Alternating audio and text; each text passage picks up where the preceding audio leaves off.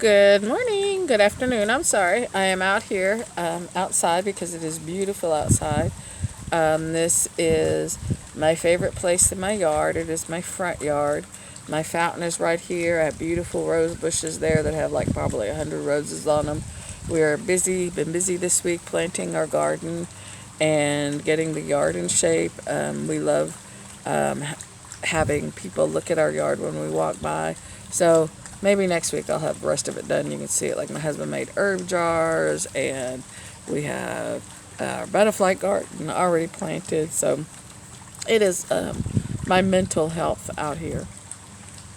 Plus, when I'm in the house, the dogs keep barking.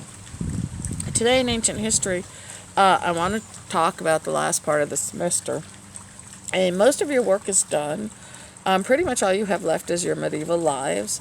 And this is a very difficult topic for students to wrap their hands around because we don't know a lot about people's medieval lives. We often just kind of threw them all in this peasant stew, and we concentrated on the nobles and the church because they didn't write a lot. And so, with the creation of social and cultural history in the beginning of the 20th century, by the last half of the 20th century, we were seeing much different scholarship coming out. And one of the books that I found really intriguing when I was in graduate school was a book called The Ties That Bind, that's now out of print, by Barbara Hannawalt. And one of the ways she discovered how medieval people lived was to look at coroner's rolls. How did they die? And she said she found a lot of information about how people lived and died, such as one of the main causes of death of children was falling into ponds and lakes, because realize people didn't have mirrors. You never knew what you looked like. And so for children old enough to toddle around, they see their reflection and they want to touch it, not realizing it's them and that they could drown. And also another prime way of children dying was in fires, from logs, pulling logs out of the fire or just getting burned. So we have bits and pieces of medieval life. We have church records. We have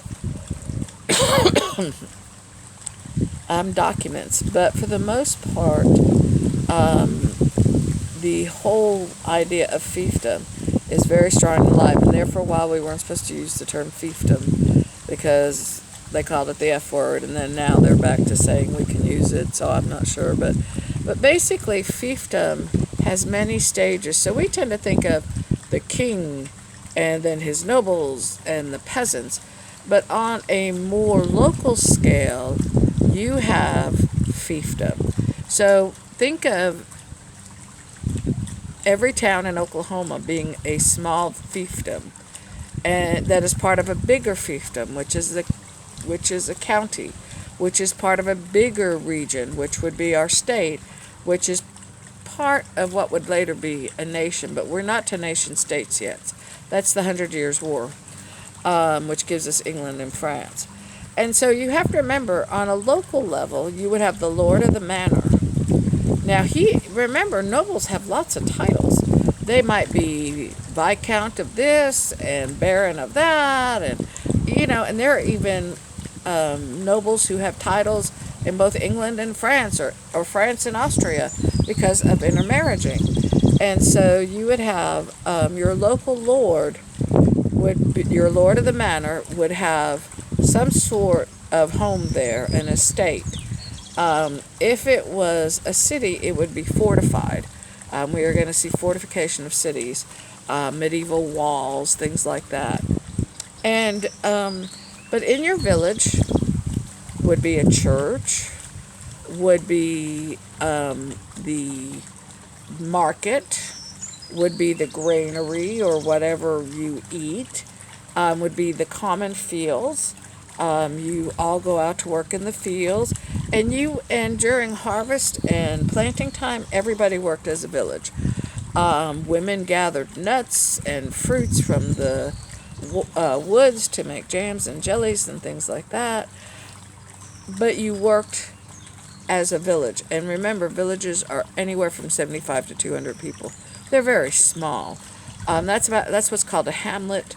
A little bit bigger, 200 to 500 people, would be called a town, and then anything bigger than that would be a city. They are often located on rivers. If you look on the map that I put on your canvas under maps, you can see almost every hamlet and village is located on river. And river traffic was a very easy way to get from point A to point B. And we're not talking about sailboats or big barge. We're talking about flat bottom barges or small skiffs that would go from village to village.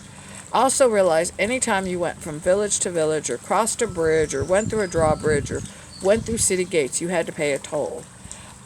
This makes it very, very difficult to create a cohesive infrastructure because you have to pay.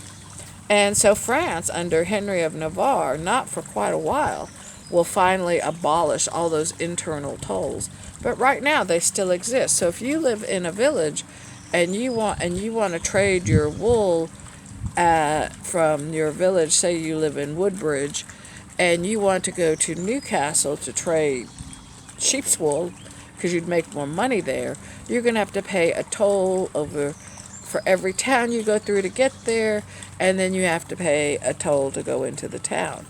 And so it becomes very expensive. We are not a capitalist economy yet. We are still very much on a bartering economy, a mercantile economy.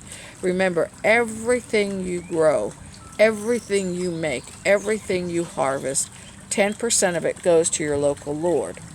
So you give to your local lord. Your local lord may also control the town and the city, but he may have somebody else over him. So he has to take 10% of everything he collects and give it to his lord and master. It might be the king. It might be a baron. And so this is this kind of why kings and nobles are very rich and have rich stocks of food. You slaughter a pig, you give your lord 10%. You slaughter a chicken, you give him 10%. And he wants 10% of the good part. Another type of 10% that's going to become very, very important is tithing. Everything you grow, everything you harvest, everything you make, every fabric you make, if you spin thread, 10% of it goes to the church. And this is called tithing. Now, it's not 10% of income because there's no concept of daily pay yet, day labor. That doesn't come along yet. And so if you make 50 gallons of wine, 5 go to the church, 5 go to your local lord. If you make 10 yards of fabric, you have to give a yard to the church and a yard to the local lord. And so this is a way of how things went. Also, market time allowed for bartering of goods. And also women created an amazing bartering economy among themselves in the medieval times. I might have 4 daughters who spin, and you have no daughters. And so I have thread, but you have the sheep. And so we trade wool, and I spin it into thread. And so then I might take that thread and trade it. I might give you back some thread, but then I'm going to trade my thread with somebody else who is making cheeses, and that cheese person might trade for wool.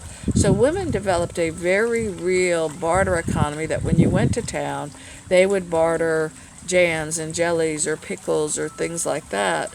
We're not to canning yet. Realize canning does not come in until the Napoleonic times. But we're going to dry them. Things like that. Also fish. Fish were huge because you could smoke fish, you could salt fish, and they were a great way to eat during the winter time. But also with the rise of the nobility and the church, much of the land fell into church hands, into nobles' hands.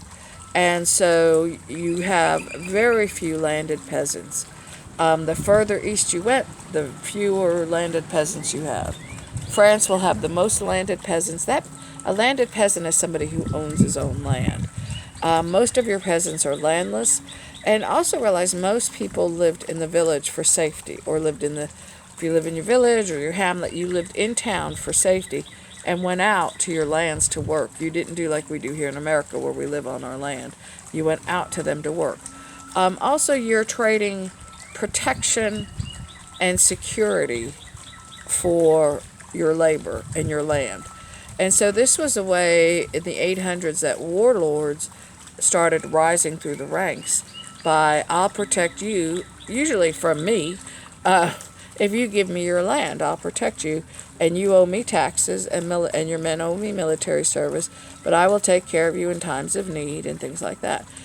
Not all nobles were as kind and giving as we'd like them to be. There were actually cachets, that's what they were called in France. There were actually documents that listed what your obligations were to the local noble and also to the church. You had so many days a year you had to work on the roads. You had so many days a year where you worked in the fields and things like that. How work was distributed, who gets to use the granaries and things like this. This was how life was structured.